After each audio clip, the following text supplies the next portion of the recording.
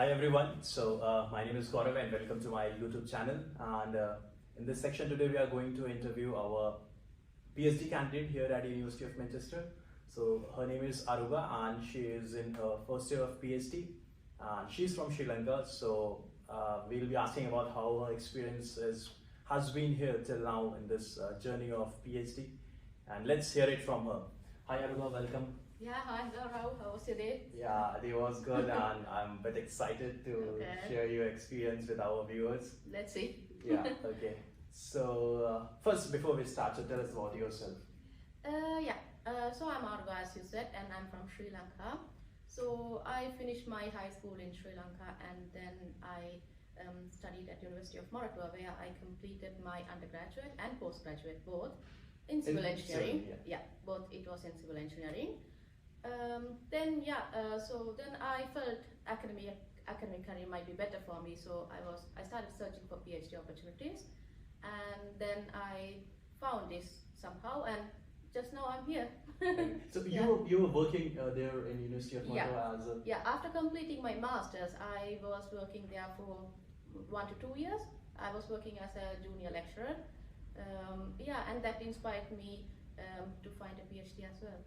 Okay, so like you have a pretty decent experience of teaching as well before coming here. Yeah, I think so. So do you think it is helping you in any way, like doing your PhD, the kind of experience you gained when you were working back in Sri Lanka? So not quite the teaching experience because I have not started any teaching activities here, but my research experience in University of Moratuwa, it really helps me to do the PhD. Okay, that's nice. So when a lot of students, when they apply for the PhD for in any of the high universities, whether in UK or US, so they are very much confused with what exactly the applying process, from where we have to start and where to approach. Exactly. Yeah. So like if you can tell us like what are the process for applying for the PhD and how like in there they have to prepare for the interview as well. So what were your plans? How did you apply and how did you prepare for the interviews? So tell us to our viewers. Actually, it's a long story. So when I was doing in my master's, so then I decided to do a PhD. So first I had no idea where to start, as you said. Like I know some students, they are applying for PhD and they are going to USA, UK, Australia, everywhere, but I didn't have any idea at the moment. But at the first step, what we have to do is, so we have to talk to some people who have already received their PhD opportunities, scholarships, and we need to understand what is the process randomly from others' point of view. So, but it's not always we have to just follow what others have been doing. So maybe we will have a different way. So we don't know, anything might be better. So, but the first step, we need to talk to other people, and then we need to understand how we should apply, how we should identify the scholarship opportunities. So basically, we need to do a research. So I know PhD is a separate research, but before doing the PhD, of course, it's another research to find out the PhD opportunity. And especially if you want a scholarship, it's again a long story. Yeah. So in my view, so what I did is, since I wanted a PhD admission and a scholarship, so I started searching for supervisors in web. So that is one thing. And the second thing, I started improving my connections in LinkedIn so that I can see the scholarship opportunities, funding opportunities, whatever it's available in the countries. So do you think that LinkedIn is a very correct platform to approach and to get the information regarding the application procedure, admission process, or any opening regarding the PhD? I'm not sure whether that is the best platform, but of course it's one of the good platform we can see, because usually the universities, the supervisors, and even some random websites, they share their PhD funding opportunities and admission in detail. So usually it gets shared in LinkedIn. So if you are active in LinkedIn and gather our info, gather our connection, so I think it's a good platform. We can find a lot of opportunities there. So it helped me a lot, for sure. Yeah. So then I started everything for funding opportunities. It's all about Googling. So we have to Google everything about supervisors. So before doing everything, so we need to make sure what we actually want. Yeah. So I know I have studied civil engineering and I again want a PhD in civil engineering. But there are a lot of areas, a lot of fields in civil engineering. So first we need to know what we want. So this is the area I want to specialize. So then only we can search for specific supervisors, specific funding opportunities, and also we need to identify which country we want to go. Yeah, definitely. So like there are different requirements for UK, USA, Australia. So that's all about choice. Like we need to choose. That's basically our decision. So after deciding, so we have to Google, and so we can write to the supervisors. So I'm interested in your project. I'm interested in your publication. So it inspired me. So whatever we find, it's good from some research group. So we can write to the supervisors expressing our interest. So then they might get us back. Sometimes we will not get any replies. Sometimes we will get negative replies. So it's like if we take it in a negative way, so we can't move forward. Sorry for interrupting in between. Yeah. Like as you mentioned one thing regarding the research publication. So a lot of like students when they apply, so they are confused like when we are approaching a higher universities for higher studies. So do we need to have a decent amount of publication? Is it very mandatory or something like that? It's not mandatory, but it's a very positive thing. Okay. Like for a CV, so if you have a publication, so it's a sure thing that someone will get impressed because they can see, so this person, they have a research experience which they were able to publish. So we all have research experience. If you are doing, even undergraduate students, they are doing a research. In postgraduate, they are doing a research, but not all research it's publishable. Yeah. It's not publishable sometimes. But if you have a publication, it doesn't matter conference or journal. Journals are better. So if you have a journal article, so a supervisor or the university, those who are evaluating our CV, so they understand the student has already done some good work, which they were able to publish in a good journal. So that's a positive thing. Then how did you land it here? Like how did you shortlisted Manchester and this application opening? So as I told you, so I have figured out so my research area and the country. So I decided to search something within UK, so that everyone will have their own reasons to decide a country. And so I was searching for various universities in UK, and I found University of Manchester. It's one of the well-recognized university in UK, and I found some other universities as well, of course, like maybe from 5 to 10 universities I choose. Based on my knowledge and based on the information we are gathering. So I mostly contacted supervisors in all these 5 or 10 universities, and I submitted applications in a lot of universities. So some we might have got admission, but we might not have got a scholarship, and some, even though we get a scholarship, the area we might not be interested. So overall, I found this as a perfect option for me. So the project was very interesting, and the supervisor was great. We'll get back to it again. So as you mentioned that project is important, and so you have to keep in mind that if you have a research publication, so it always create a good impact when you apply for any admissions in the universities. However, there's one thing that when you approach the supervisors, you write an email. So a lot of students again ask these things, that what content exactly we need to write, because supervisors are getting the mail from all across the world. Yes, exactly. So what your email makes it different from the other students? So what exactly the key points are there that we should keep in mind? So I would not say my emails were the perfect ones, but I can share my emails. So first thing what I thought is the emails should not be very long. Some students I know, they write like a very long emails for pages, so then it's very hard for them to read. And also it should not be very short, that I'm interested in your project. So then they will not understand. So what I did is, so I used to write usually a simple cover letter in the email. So it's like 3 paragraphs. So in the first paragraph, usually I introduce myself and my background, what I have been doing so far. And in the second paragraph, I used to write, so why I'm interested to work with you. So which work what you have published or done inspired me. So, and what is the reason you should consider me? So in the first paragraph, I might have already shared my experience. So in the second paragraph, I try to talk about themselves, and I try to connect both. So I have this experience and you have this interest, so it would be great to work together.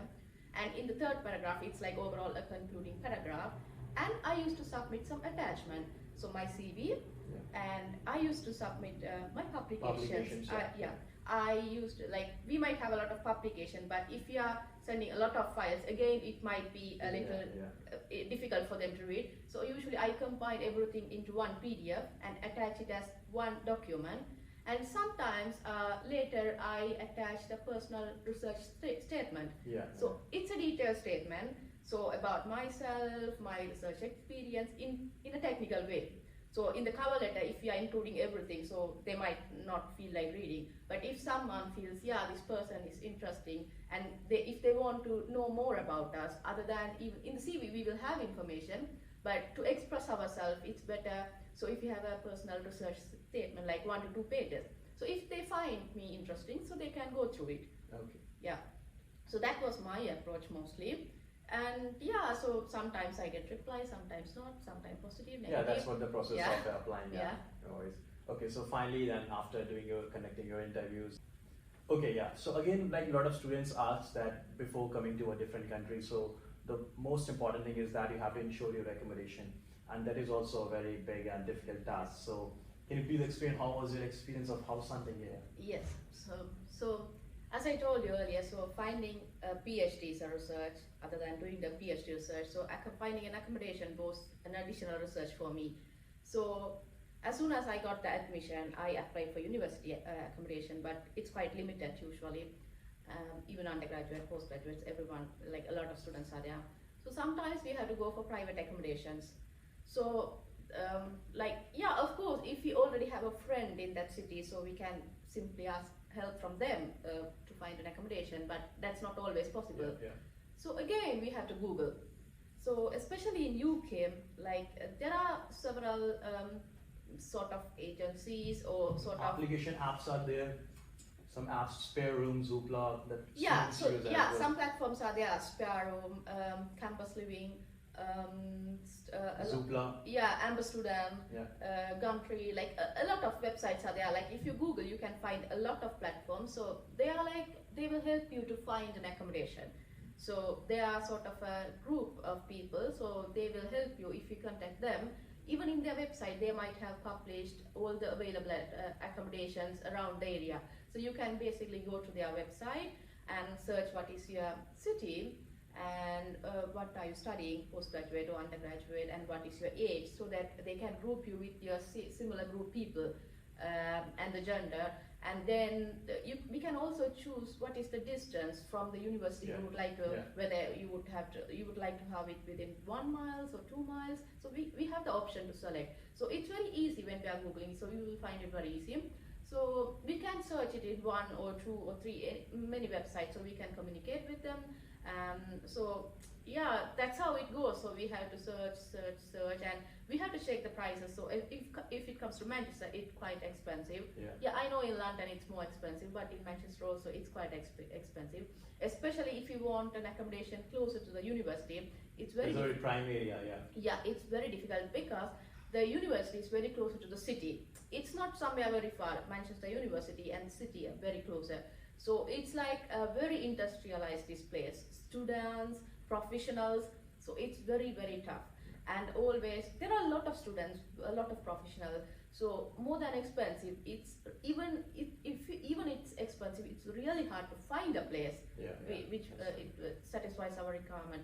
So it was really hard. So like as I told you, like we have some options. So basically based on that options, we had search until we get something suitable.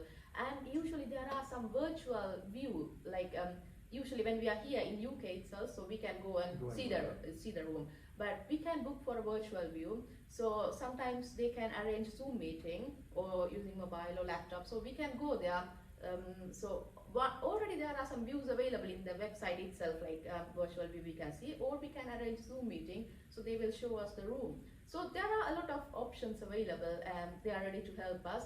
So even though it's hard, like we have to put some effort, so but anyway I think we can get something what we expect, if we put some effort. And even I'm thinking that in the description box I'll put the names of those platforms which are available from where you can shortlist your accommodation as well, because a lot of students don't know before coming here. So for all of you, we'll do that as well. Okay, coming to the next question. So when you came to UK, so how was your experience in the first week? And again, there are some important tasks to do in the first week, like getting your registration with the bank and with the GP. Yeah. So how did you manage all those things? Yeah, well, again, it was a little difficult, especially to open a bank account.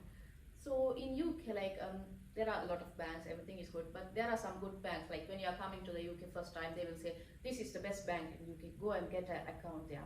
Okay, so I went to that bank. So first day, so they said, we don't have any appointment, so can you come maybe next week? Can you come next week and check it? So I went next week. Again, they said, no, we don't have any appointment. So for the next month, it seems very difficult. So it's not always we should go for the best bank. So Yeah. we can get an account from the best bank in UK or whatever. So But they take a lot of time. And yeah, it takes a lot of paper time. process is also Yeah, quite lengthy. yeah. Yeah. So it's like you should go somewhere. You can check all 3 or 4 banks, and whatever it's faster, maybe that's the best option for your initiation. So first we need a bank account. Without a bank account, we can't do anything. So I just found one bank. So so they were ready to help me within a day. So they just opened me an account and it helped me. Maybe later with time, so you can do a research with what is best for your saving and everything. So maybe you can open. But first, what you have to do is go to all the banks wherever closer and check which is the quickest option and go for that. Okay. Yeah. Yeah. So the bank opening, this process is important, and then there is a GP registration. Yes. Because when students come here, so you have to get your health insurance done, and Yeah. when you are covered under the health insurance, so you'll get a general practitioner here, and that general practitioner is it is located according to the all area wise. So then there you have to do your registration. So how did you do that? Yeah. Actually, I forgot it in the first week. Okay. Yeah, I should have done it, but it's very important because in case if you get any immediate, if you have an emergency, so we can't get anywhere without a registration. But in the second week, I think I did it. So we can basically check the available GPs around our area in the Google. So there are a lot. So usually if we go to NHS website, so they will list us, these are the GPs closer to your place. So closer to your postcode or address. So usually everything online, it's very easier here. So in UK. So then I found these are the GPs closer to me. So maybe you can check their opening times or how many practitioners are there. Maybe in the particular website you can go and check to choose one of them. But yeah, like I went, I did a research for 2 or 3 GP, and then I choose one out of that. So it's not that difficult when we go. If you are very familiar with online platform, like we can do everything. It's not that hard. Yeah. Okay, that's lovely. So we have basically you reply to all the questions which basically when the students apply to a university regarding the preparation, how to prepare for the interviews and how to approach the supervisors, and then you also experienced you shared your experience of your first week in UK. So after doing all these things with so what do you think, like if I ask did you experience any cultural change, like as you're coming from Sri Lanka and the culture of Sri Lanka and culture of UK is, I guess it's very different. So did you experience that, and was it difficult, or like was the people are very hospitable here, so it didn't feel in that way? How was it? Actually, people in UK, they are very nice, first of all. So they are really nice people. And in terms of cultural changes, it depends. Like some people, they might already had some exposure in different countries, and usually, like as you mentioned that you were born in Europe, right? Yeah. So I was here for 10 years already. Okay. When I was a child, but not when I was after aging. So but still, like I had some exposure, so it was not that difficult for me. But if you are here in UK for the first time, so then it might be difficult a little to get adapted. But still, like if you are someone who watch a lot of movies, TV shows, Europe movies, and UK, so then we might of course have some, we might have some idea. So I think in this decade it might not be that difficult. World, yeah. Okay, So people are aware of everything. Yeah. So Aruba, what you are doing when you're not researching, like is there any favorite your hangout place in Manchester where you usually hang out? Yeah, I have not been to much places, but so far I like the city center place. So there are quite nice places around city center. The Piccadilly Gardens. Yeah, around that. Yeah, there are a lot of good restaurants, pubs, nightclubs. Like it's very fun. Manchester is a city for fun, exactly. So yeah, I really love it, and especially nights in Manchester are also great. So I just love it. So before moving to our last section, like what kind of advice you'd like to give to our prospective students? Before that, I would like to ask, like, I got to know your research is very interesting. You're working on some 3D printing stuff. So can you please tell us about our students also, like what is 3D printing and what kind of 3D printing is being done in construction activities? Yeah. So I think the 3D printing technology, it has been there from 1980, nearly 1970, but mostly they have been using it for different purposes. But now these days they have realized that we can use this 3D printing of technology for construction. For the reason was mainly, so in the construction, if you are doing a conventional construction, there are a lot of solid waste. Yeah. So for formwork, concrete, we are a lot of waste, and usually it takes a lot of time even to build a house, like for a middle income house and everything, it takes a lot of time.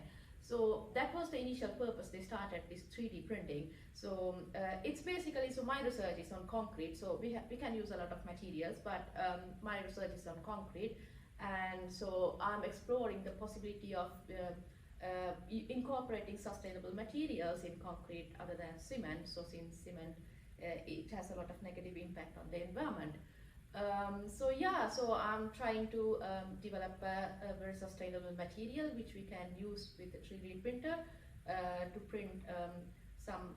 I haven't decided with the houses or whatever structure, and also I have plans to incorporate a sort of permanent formworks using fiber composites, so that we can also build different structures other than conventional walls and houses. So I just started my research. It's very interesting for now. So yeah, I hope it will be good.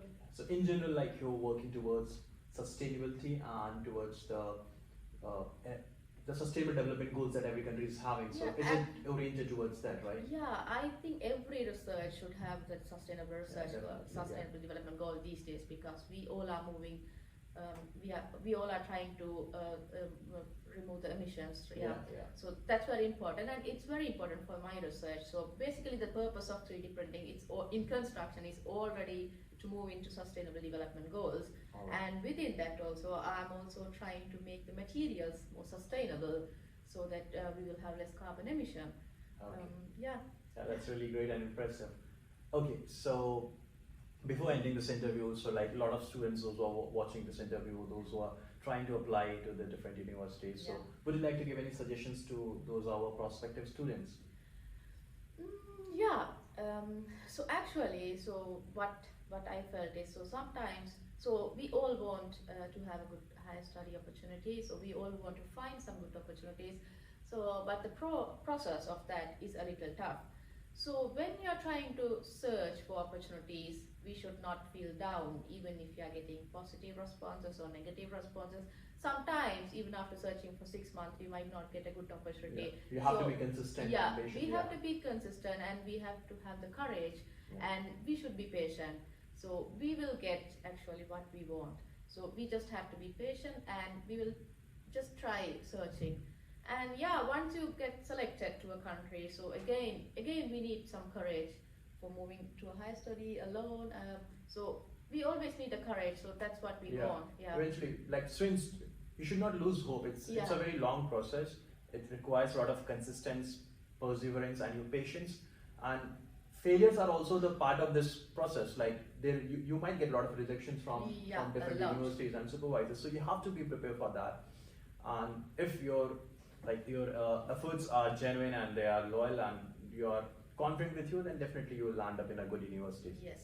Okay, Aruga, thank you so much for giving this insightful interviews to our viewers, and it was really nice talking to you. Thank you so much. Thank you, Gaurav. Okay. Bye bye.